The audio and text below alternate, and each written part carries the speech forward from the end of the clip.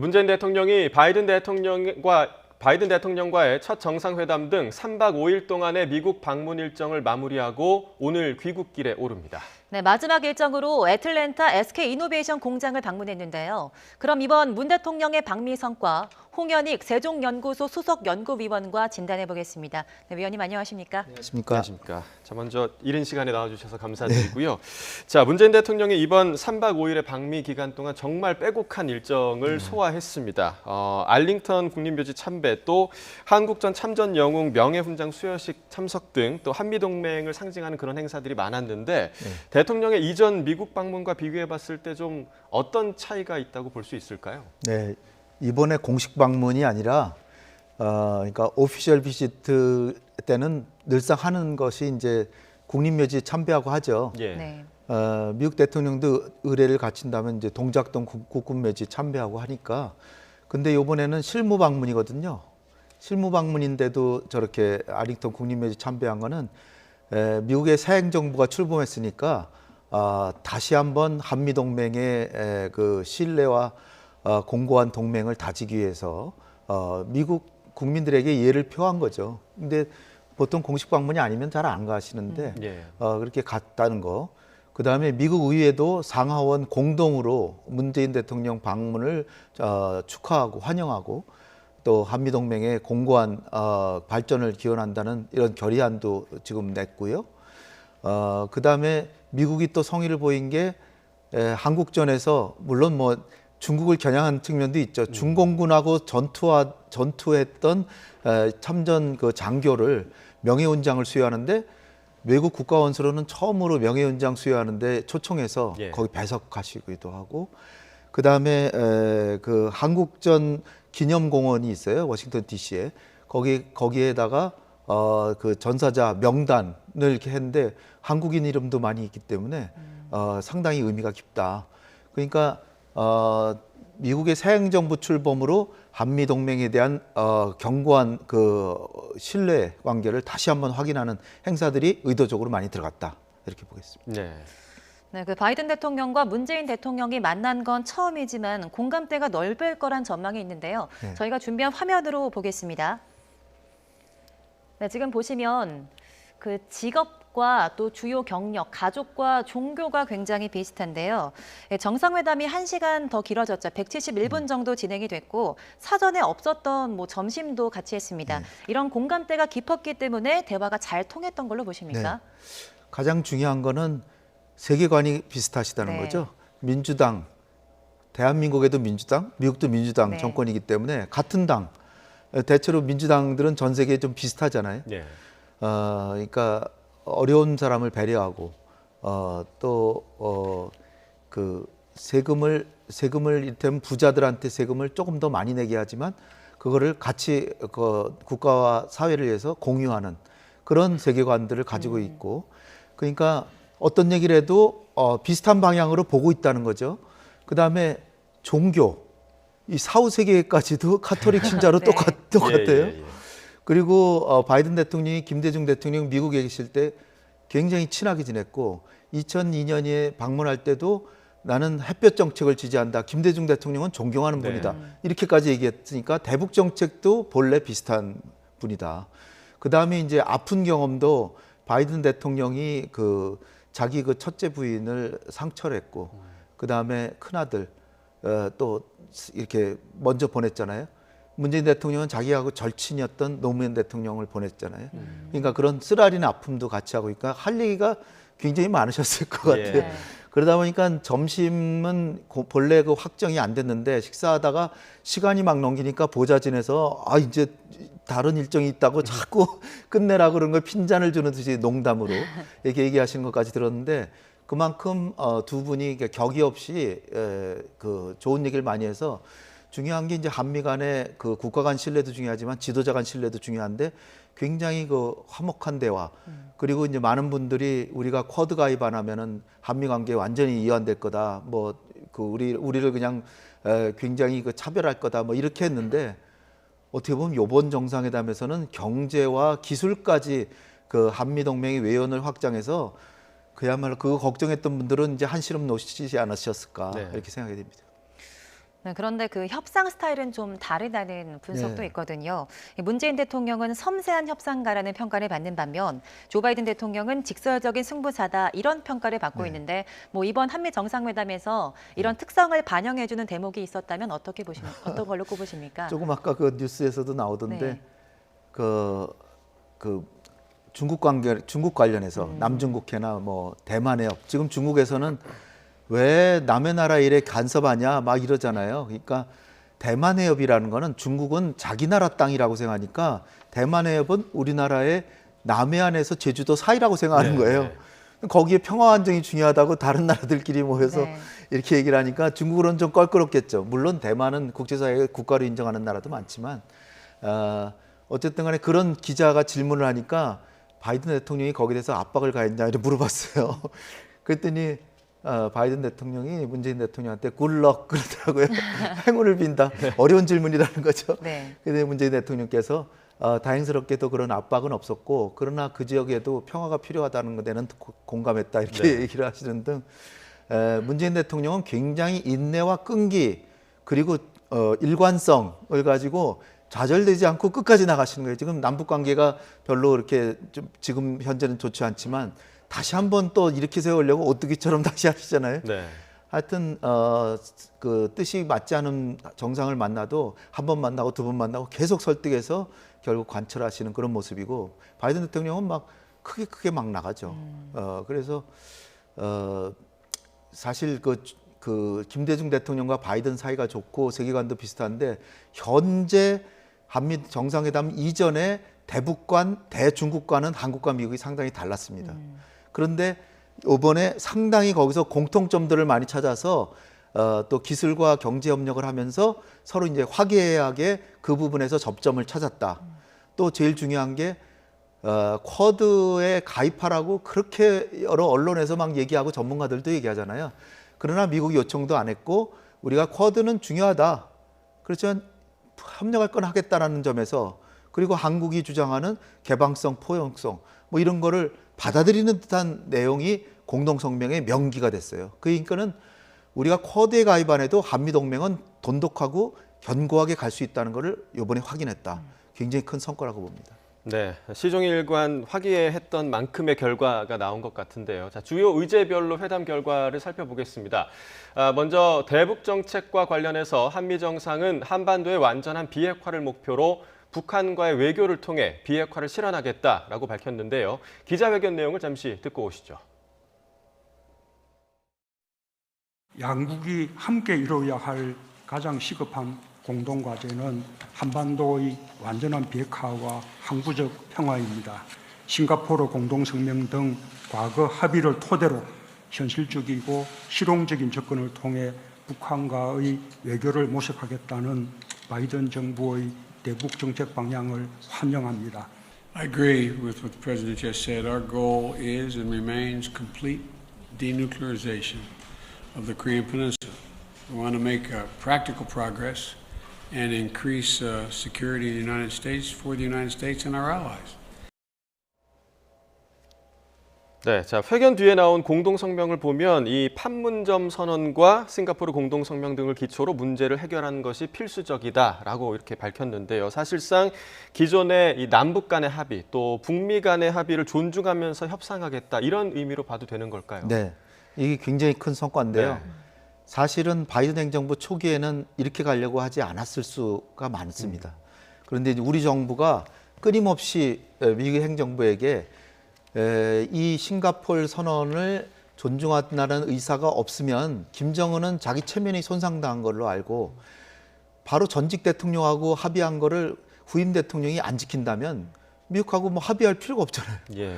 그건 워낙 우리가 볼 때는 상식인데 미국이 볼 때는 나는 새 대통령이고 트럼프하고 다르다. 이렇게 나오니까 안 지킬 수도 있겠죠. 그러나 그렇게 되면 북핵 문제 해결은 물 건너간다. 우리가 봐서 아주 우리가 심혈을 기울여서 노력한 결과 싱가포르 그 북미 정상 공동선언이 그 존중한다는 의사가 들어갔고요.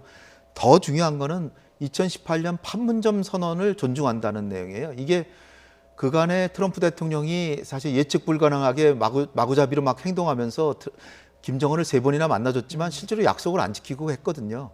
그러니까 김정은으로서는 이 공들여가지고 북미 정상회담에서 약속한 걸 하나도 안 지키니까 김정은은 미국하고 더 이상 대화 필요 없다. 지금 그런 상태거든요. 예. 그런 상태인데 트럼프 대통령은 더군다나 북미 관계가 그래서 안 좋아지니까 남북 관계도 하지 마라. 이래서 막았어요. 사실상 막은 거거든요. 그런데 판문점 선언을 존중한다라고 하는 건 판문점 선언에는 북한이 바라는 종전선언 하겠다는 것도 들어있고 남북 철도도로 연결 사업도 남북 경협도 하겠다는 게 들어있어요. 요거를 잘 해석하면 남북 간의 관계, 특히 바이든 대통령이 직접 남북 대화 관여 협력에 대한 지지를 표명했어요. 그러니까 남북 간에 화해 협력하고 하는 거는 설사 북미 관계가 안 가더라도 남북 관계가 진전되는 게 북미 관계를 재개하는데 도움이 된다, 이런 의식을 표명했기 때문에 이제 남북 관계도 다시 숨통이 트였다. 그러니까 우리가 하기에 따라서는 또 김정은이 결심만 한다면 남북 관계가 먼저 갈 수도 있는데, 먼저 가기까지는 않겠지만 이제 김정은이 우리에 대해서도 이렇게 함부로 하지 못하는 그 근거를, 그 기반을 마련했다. 이런 측면에서 한국 외교의 상당한 성과다. 이 점은 그렇게 보겠어요. 한국 외교의 자율성을 굉장히 증진한 거죠. 북한 이야기를 계속하면 핵 문제를 또 빼놓을 수가 없는데요. 양국은 모두 한반도의 완전한 비핵화를 강조했습니다. 앞서 미국은 원래 그 완전하게 검증 가능하며 돌이킬 수 없는 비핵화, 그러니까 이게 CVID를 강조했었는데요. 이번에는 검증 가능하며 돌이킬 수 없는을 빼고 CD만 강조를 했거든요. 왜 그런 걸로 보십니까? 북한 입장에서 보면은 CVID라는 거는 자기를 완전히 불신하는 거거든요. 그러니까 완전하다 하면 다 포함이 되는데 검증 가능하고 그다음에 돌이킬 수 없는, 돌이킬 수 없다는 걸 어떻게 확인하겠어요? 돌이킬 수 없다는 건 사실 말이 안 되는 게요. 북한이 핵을 완전히 포기해도 과학자들은 남을 거 아니에요. 그 사람들을 뭐 다 사형시킬 거예요? 그 사람들은 남잖아요. 그럼 그 사람들은 다시 만들 수도 있어요. 그러니까 돌이킬 수 없다는 건 사실 불가능합니다. 그건 미국의 유명한 해커 박사도 얘기했듯이 이 조항 자체는 북미 협상 제대로 안 하겠다, 이런 뜻을 담고 있는 거예요. 근데 일본의 아베 총리라든지 스가 총리 같은 경우에는 CVID가 계속 중요하다라고 얘기하죠. 왜? 북미 관계가 이렇게 진전되는 게 자기한테 유리하지 않다라고 보는 그런 인식을 반영하고 있어요. 그래서 요번에 미국도 물론 CVID가 되면 더 좋겠죠. 그렇지만 이 구조를 뺐다는 것은 북미 간의 대화를 할 진정한 의사가 있다는 걸 보여주는 것이다. 지난번에 블링컨 장관이 서울에 와서도 북한의 비핵화가 중요하다 이렇게 얘기를 했어요. 근데 북한의 비핵화라 그러면 대한민국의 1950년대 말에서 90년대 초까지 수백 개의 핵무기가, 전술 핵무기가 배치돼 있었거든요. 물론 그거를 이제 철수하긴 했지만 북한의 입장에서 볼 때는 불신하는 관계에서 과연 철수했는지, 지금 전술 핵무기 있는지 모르잖아요.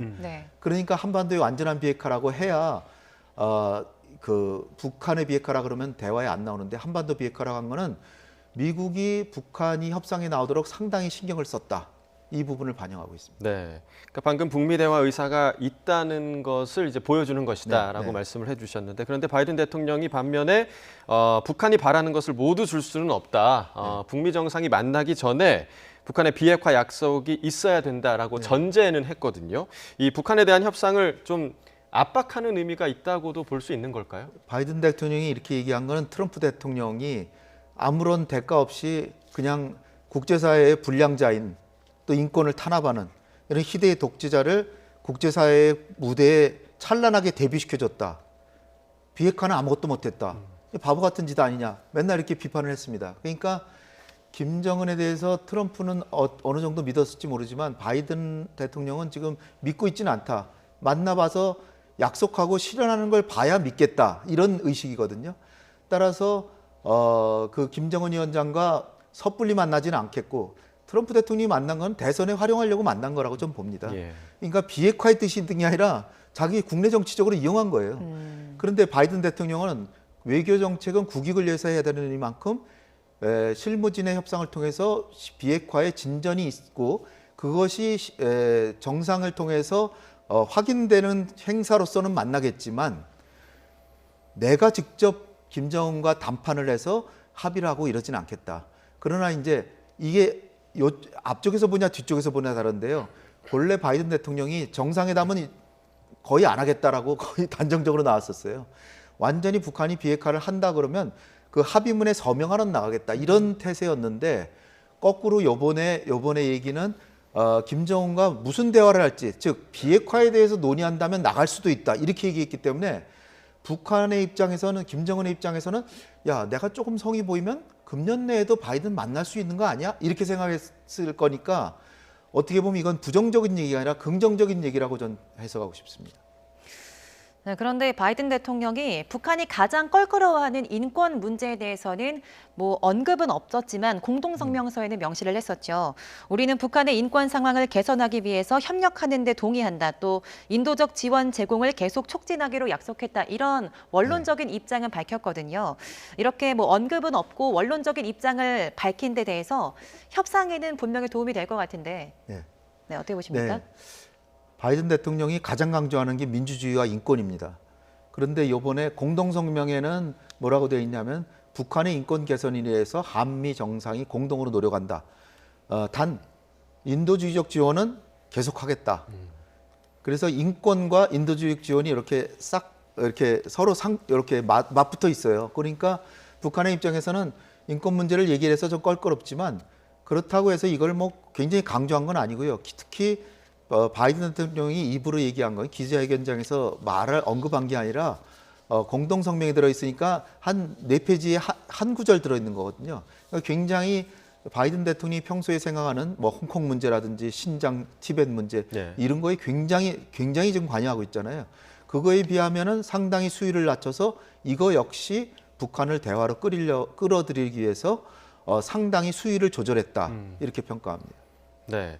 자, 이번에 또 눈길을 끌었던 것이 좀 갑작스러운 일이긴 했습니다. 한국계인 성김 미 국무부 동아태 차관보 대행을 대북 특별대표로 임명한다. 이렇게 좀 밝혔는데요. 향후 미국의 대북 전략 어떻게 좀 해석할 수 있을까요? 요번에 문재인 대통령께서 트위터 하셨죠? 거기에 나온 게 우리가 코로나 방역의 선진국이기 때문에 우리에게 그 백신을 직접 지원은 안 할 거라고 생각했는데 55만 명의 한국군에게 백신을 지원하겠다라고 한 것은 굉장한 깜짝 선물이었다. 네. 또 하나의 깜짝 선물은 성김을 대북 정책 대표로 임명한 것이다. 이 왜 그러냐면은 성김은 한국 주한미국 대사도 했지만 육자회담의 대표도 했고 그다음에 싱가포르 정상회담의 실무회담도 했습니다.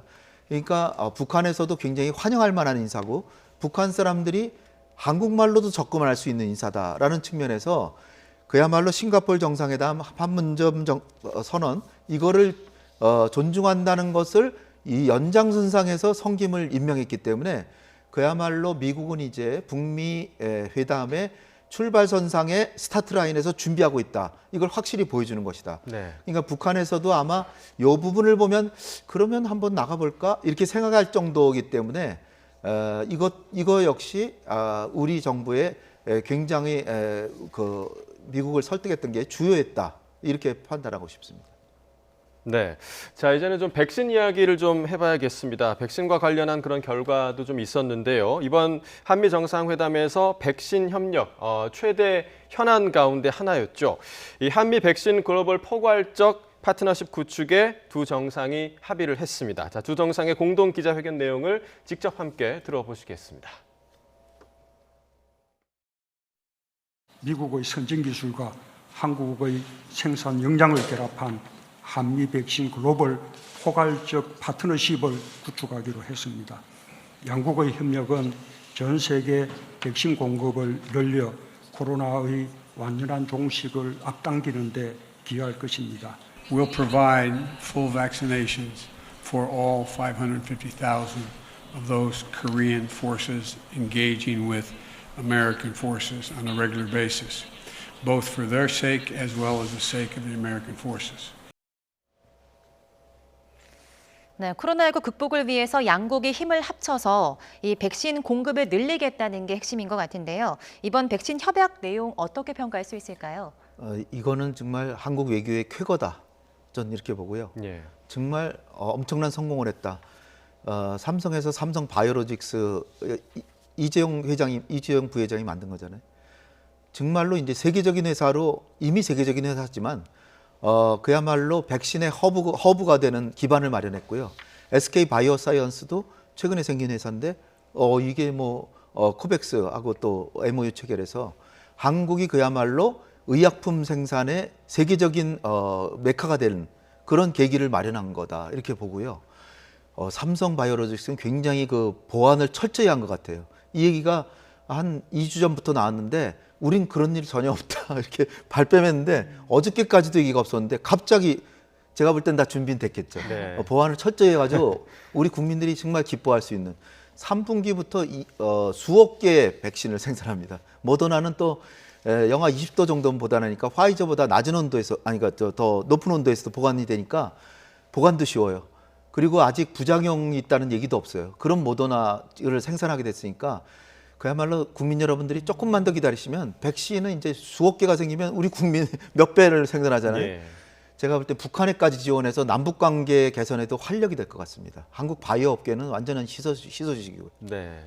그러니까 지금 당장에 이제 급한 부분이 있었기 때문에 백신 수급을 직접적으로 받을 수 있을까 하는 좀 네. 의문이 있었는데 지금 방금 말씀하셨다시피 55만 명의 한국군 장병을 위해서 백신을 제공하겠다 이런 계획을 밝혔고요. 하지만 그 이외의 백신 지원 계획은 뭐 밝히지는 않았습니다. 네. 뭐 기술 이전과 관련된 부분 논의가 있었지만 미국의 해외 백신 지원 기준에 우리나라가 좀 부합되지 않았다 이렇게 볼 수도 있을까요? 그렇죠. 이 부분은 백신이 지금 아주 여유롭게 대량으로 공급되고 있지 않으니까 국민들의 희망을 반영해서 그렇게 생각한 것인데 예.